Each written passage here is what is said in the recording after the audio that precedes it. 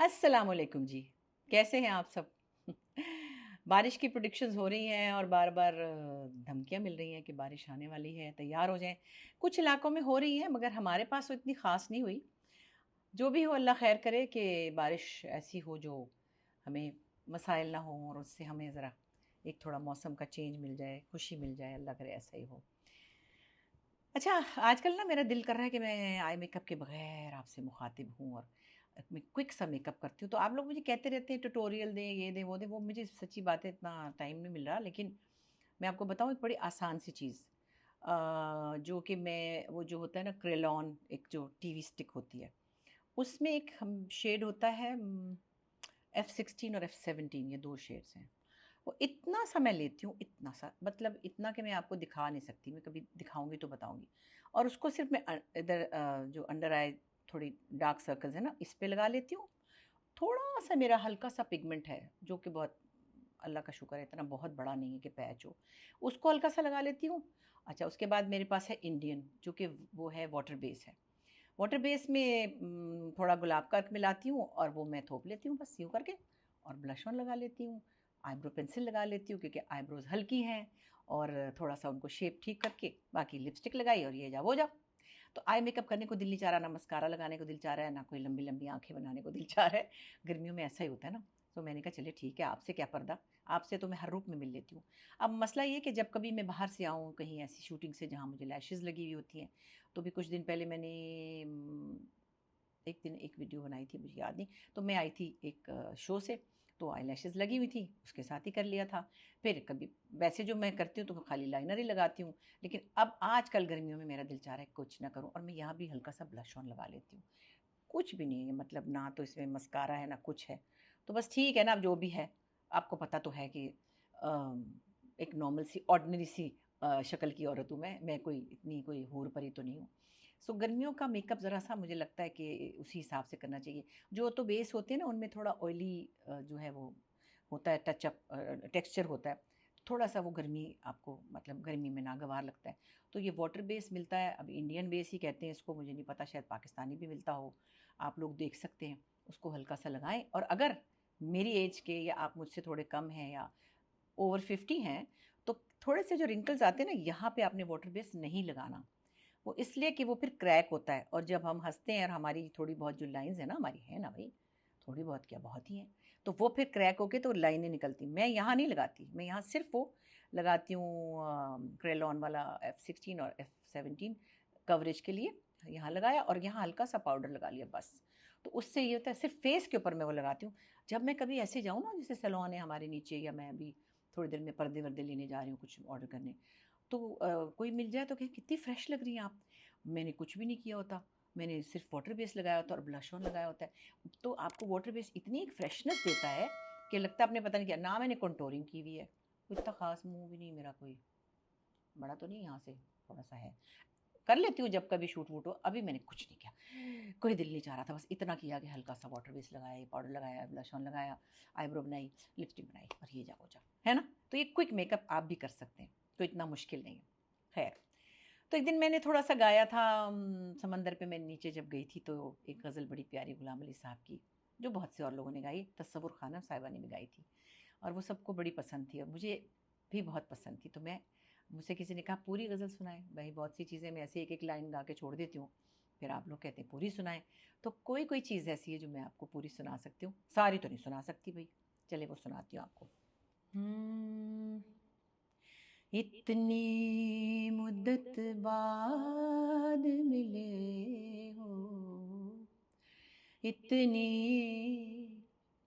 मुद्दत बाद मिले हो, किन सोचों में गुम रहते हो, इतनी मुद्दत बाद मिले हो, इतनी मुद्दत बाद मिले हो, किन सोचों में गुम रहते हो, इतनी मुद्दत बाद मिले हो। कौन सी बात है तुम में ऐसी आ आ कौन सी बात है तुम में ऐसी, कौन सी बात है तुम में ऐसी, जाने क्यों अच्छे लगते हो, जाने क्यों अच्छे लगते हो, किन सोचों में गुम रहते हो, इतनी मुद्दत बाद मिले हो। तेज हवा ने मुझसे पूछा, तेज हवा ने मुझसे पूछा, तेज हवा ने मुझसे पूछा,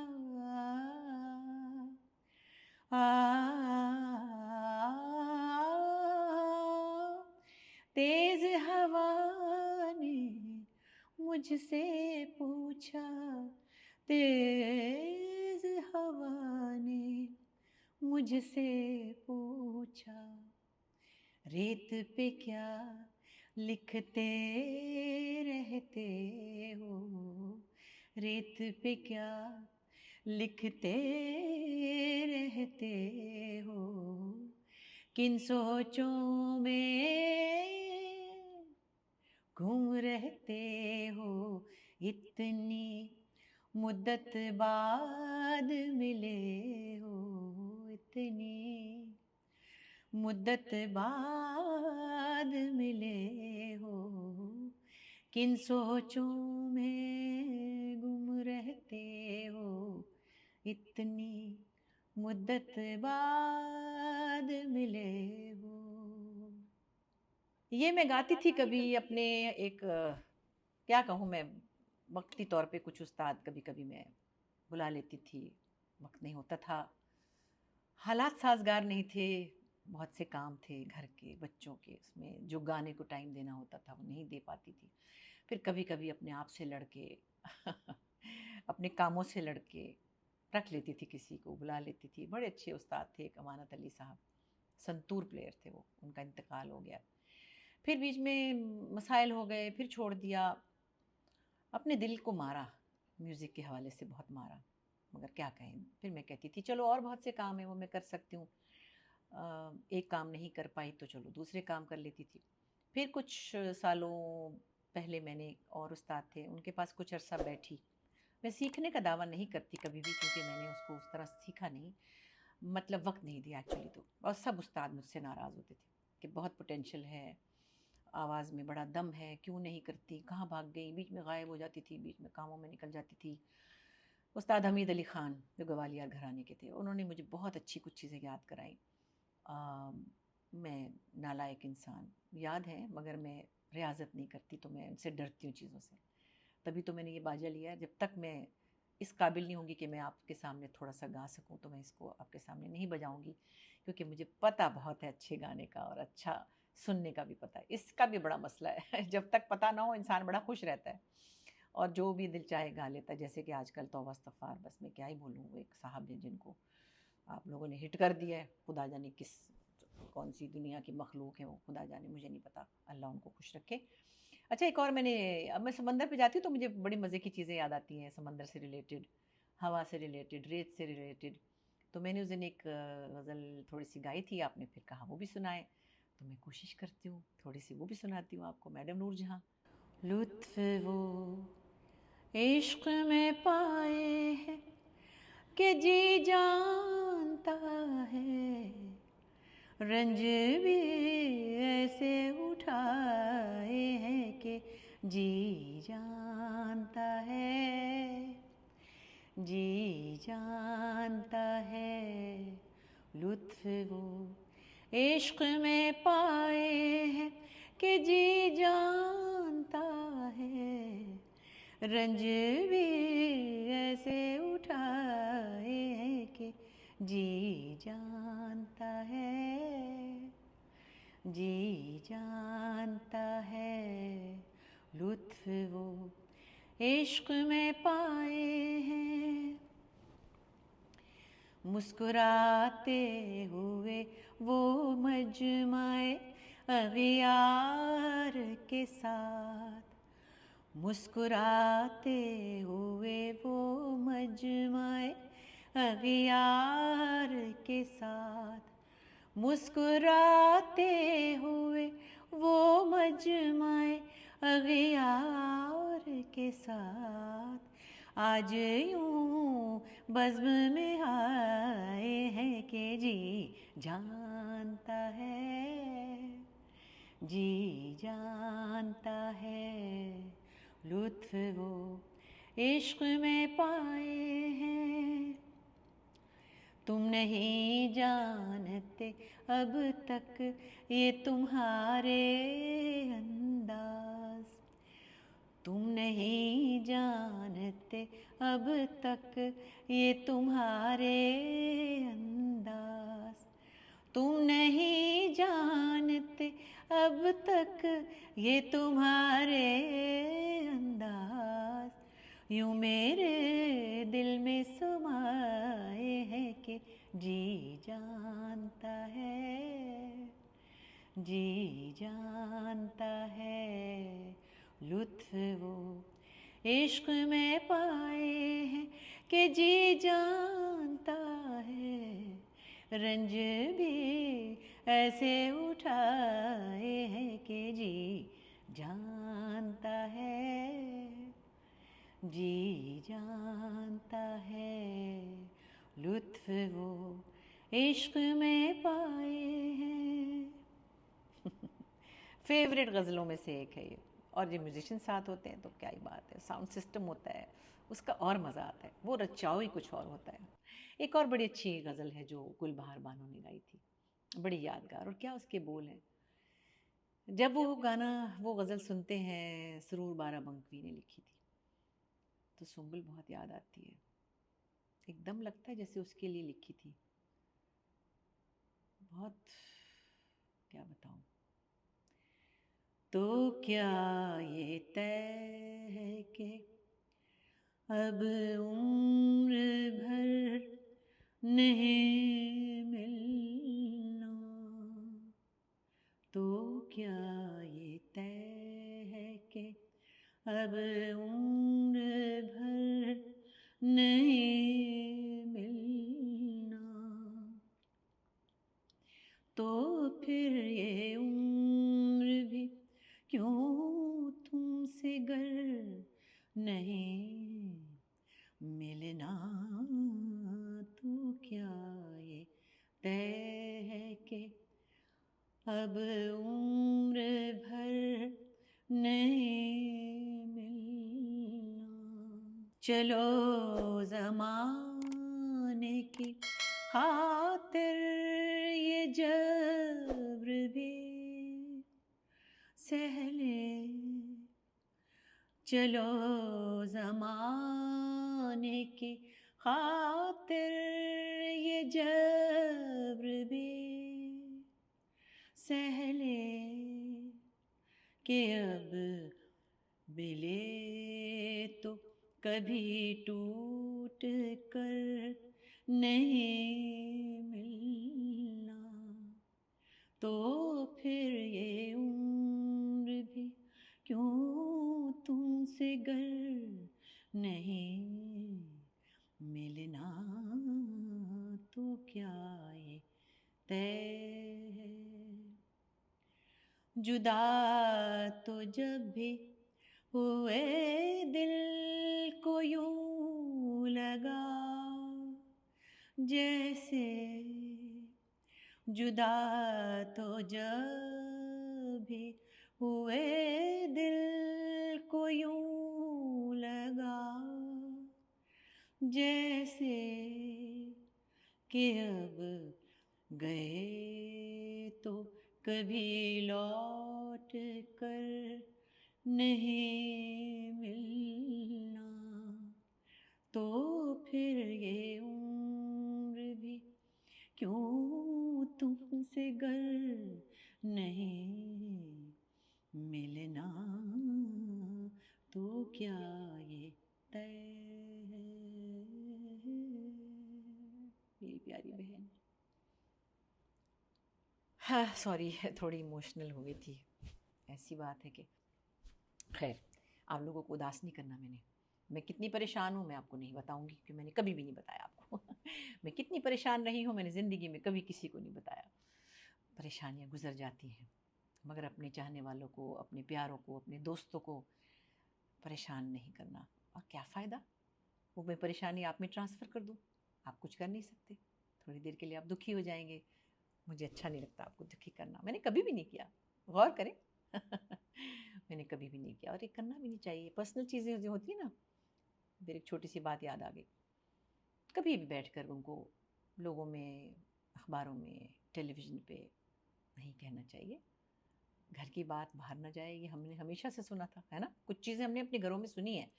उधार नहीं लेना, किसी को अपना हाल नहीं बताना कि हमारे माली हालात अच्छे नहीं हैं, किसी से ये नहीं कहना कि हम ये अफोर्ड नहीं कर सकते, अब तो हालात नहीं है, लोग मजबूर हैं, जो बता देते हैं मतलब। लेकिन ओवरऑल हमें इसकी ट्रेनिंग दी जाती थी, अपनी चादर देख के पाँव फैलाने हैं। इसी तरह घर की बात घर में रहनी चाहिए।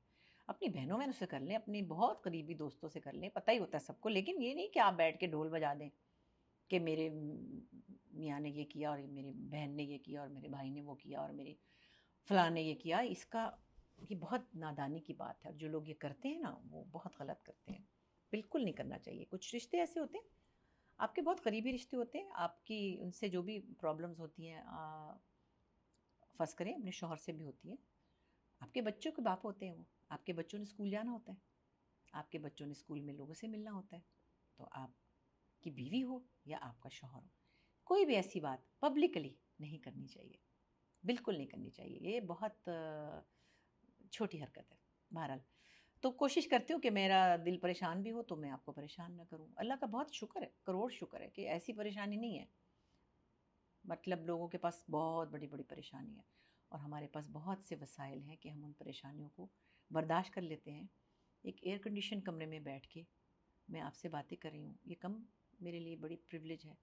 या किसी के पास पंखा है, छत है, खाना है, परेशानी गुजर जाती है। अल्लाह खैर करे, सेहत सलामत रहे, बाकी चीज़ें तो आनी जानी है। अल्लाह पाक सबको सुकून दे। बड़ी जुर्रत है, मतलब बहुत आजिज़ी के साथ मैं कोशिश कर रही हूँ। इकबाल बानो साहिबा को गाना आसान नहीं है। बड़ा मशहूर उनका एक उनकी गज़ल है जो सबको बहुत पसंद है, बहुत सी हैं वैसे तो, लेकिन ये मुझे बहुत पसंद है। दाग़े दिल हमको याद आने लगे, दाग़े दिल हमको याद आने लगे, लोग अपने दिए जलाने लगे, दाग़े दिल हमको याद आने लगे। खुद फरेबी सी खुद फरेबी है, खुद फरेबी सी खुद फरेबी है, पास के ढोल भी सुहाने लगे, पास के ढोल भी सुहाने लगे, लोग अपने दिए जलाने लगे, दाग़े दिल हमको याद आने लगे। अब तो होता है हर कदम पे गुमां, अब तो होता है हर कदम पे गुमां, हम ये कैसा कदम उठाने लगे, लोग जलाने लगे, दागे दिल हमको याद आने लगे। क्या बात है। इकबाल बानो साहिबा की तो एक से एक गज़ल है, बहुत बड़ी आर्टिस्ट थी वो। और फिर मैडम नूरजहां क्या कहते हैं, लौट फेर के मैं वहीं आ जाती हूँ। क्या करूँ मैं, जो कुछ उनसे सीखा है ना, मैं वो बता नहीं सकती। जो समझा है, सीखा तो क्या है, जैसे समझा है, जिस तरह फीलिंग्स वो अपने गाने में ऐड करती थी। और उनकी क्या क्या गज़लें हैं, एक मैं सुनाती हूँ आपको। दिल ही दिल में सुलग के बुझे हम, और सही गम दूर ही दूर, तुमसे कौन सी आस बंधी थी, तुमसे रहे हम दूर ही दूर, दिल ही दिल में सुलग के बुझे हम। इसका अगला शेर मुझे बहुत पसंद है। एक वो आन के उनकी जरा सी बात गवारा कर न सके, एक वो आन के उनकी जरा सी बात गवारा कर न सके, एक ये हाल के याद में उनकी रोए पे हम दूर ही दूर, दिल ही दिल में सुलग के बुझे हम, और सहे हम दूर ही दूर, तुमसे कौन सी आस बंधी थी, तुमसे रहे हम दूर ही दूर, दिल ही दिल में सुलग के बुझे हम। नज़र हुसैन साहब, क्या बात है। नज़र हुसैन साहब बड़े ही कमाल के कंपोज़र थे, और उनका गाना गाना आसान नहीं है। मैं तो ऐसे ही बेचारी कोशिश कर लेती हूँ। तुमने हमको जब भी देखा, शुक्र बलब थे या खामोश, तुमने हमको जब भी देखा, शुक्र बलब थे या खामोश, यूं तो अक्सर रोए लेकिन छुप छुप कम कम, दूर है दूर, दिल ही दिल में सुलग के बुझे हम, और सहे गम दूर है दूर, तुमसे कौन सी आस बंधी थी, तुमसे रहे हम दूर ही दूर, दिल ही दिल में सुलग के बुझे हम। आपदा परवीन की क्या बात है, हर समझे एज ग्रुप की वो फेवरेट है, हम सबकी भी हैं। बड़ी प्यारी है, मेरी तो बहुत प्यारी उनसे दोस्ती है, बहुत प्यार भरा रिश्ता है। तो उनकी बहुत सी चीज़ें मशहूर हैं, आप लोगों ने सुनी नहीं है, लेकिन उनकी एक गज़ल है जो मुझे बहुत पसंद है। बल्कि एक दिन हम बैठे थे सैन फ्रांसिस्को में, कहीं खाना खा रहे थे, और मैं उनको याद दिला रही थी, तो उसके शेर जो है वो थोड़े से वो भूल गई थी, तो मैंने उनके साथ वो गाई थी। मैंने शायद डाली भी थी किसी शॉर्ट में, आपने देखी होगी। एक कोशिश करती हूँ, वो भी नज़र हुसैन साहब की थी। तुमको देखे हुए गुजरे हैं ज़माने, आओ तुमको देखे हुए गुजरे हैं ज़माने, आओ उम्रे रफ्ता का कोई ख्वाब दिखाने, आओ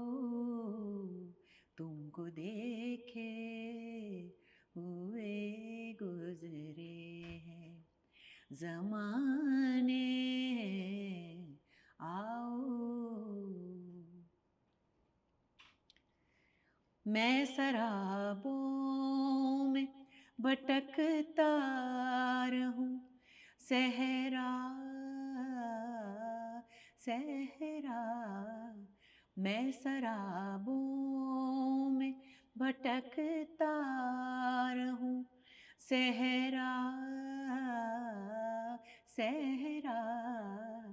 तुम मेरी प्यास को आई ना दिखाने आओ। तुम मेरी प्यास को आई ना दिखाने आओ। तुमको देखे हुए गुजरे ज़माने आओ। अजनबीयत ने कई दाग दिए हैं दिल को। अजनबीयत ने कई दाग दिए हैं दिल को। आशनाई का कोई जख्म लगाने आओ। आशनाई का कोई जख्म लगाने आओ। तुमको देखे हुए गुजरे ज़माने आओ।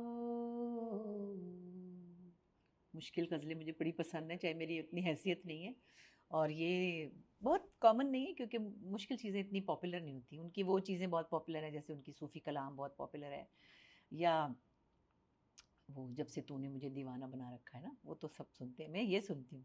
और एक और भी गज़ल थी उनकी, जो मैंने एक ड्रामा लिखा था, कहानी मेरी थी अमावस, उसका एक टाइटल सॉन्ग था, अमजद इस्लाम अमजद साहब का था। वो भी मुझे थोड़ा सा याद है।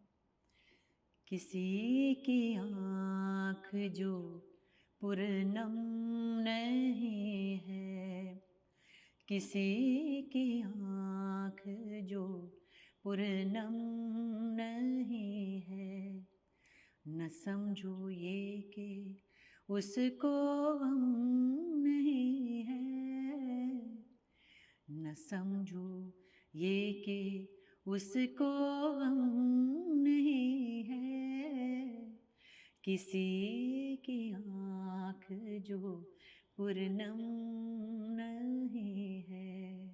आप भी कह रहे होंगे आबदा परवीन की कौन कौन सी चीज़ें गा रही है, ये तो हमने नहीं सुनी, क्योंकि ये ऐसी बहुत सी गज़लें उनकी हैं जो उस तरह की नहीं है जो हर किसी के मतलब की हों। मुझे ज़रा थोड़ी मुश्किल चीज़ें अच्छी लगती हैं। खैर, बहुत सी ऐसी चीज़ें हैं, मेरी तो क्या हैसियत है, मैं ऐसी बैठी हुई यादें मेरे साथ चल रही होती हैं। तो मैं फ़रीदा खानम जी की भी गज़ल मैंने दोबारा गाई थी, बड़ी प्यारी गज़ल थी वो। उज़्र आने में भी है और बुलाते भी नहीं। उज़्र आने में भी है और बुलाते भी नहीं। बाइसे तरके मुलाकात बताते भी नहीं। उज़्र आने में भी। इसका ये शेर मुझे बहुत पसंद है। हो चुका तर्क ताल्लुक़ तो जफ़ाएं क्यों हो चुका तर्क ताल्लुक़ तो जफ़ाएं क्यों हो। जिनको मतलब नहीं रहता वो सताते भी नहीं, जिनको मतलब नहीं रहता वो सताते भी नहीं, उज़्र आने में भी है और बुलाते भी नहीं, ज़िस्त से तंग हो ऐ दाग तो जीते क्यों हो, ज़िस्त से तंग हो ऐ दाग तो जीते क्यों हो, जान प्यारी भी नहीं जान से जाते भी नहीं, जान प्यारी भी नहीं जान से जाते भी नहीं, उज़्र आने में भी है और बुलाते भी नहीं। बस क्या कहूँ, एक से एक कलाम है और भी दाग दहलवी का है। उससे पहले जो मैंने आपदा जी का गाया था वो भी दाग दहलवी का था। बड़े बड़े बड़े और क्या अंदाज़े तकल्लुम था, क्या अंदाज़े बयां था, क्या तमीज़, तहज़ीब, ज़ुबान की चाशनी, मिठास, शायरी, एहसासात, क्या इंसान को किसी और दुनिया में ले जाता है ये सब। चले, आज मैंने आपको बहुत भारी भारी गज़लें सुनाई हैं। फिर अब आपको किसी दिन ना मैं बड़ी चलते हुए गाने सुनाऊंगी, है ना, पंजाबी के, उर्दू के, चटक मटक मज़े मज़े के। तो आज के लिए इतना ही बहुत है। थैंक यू, फिर मिलते हैं इंशाल्लाह।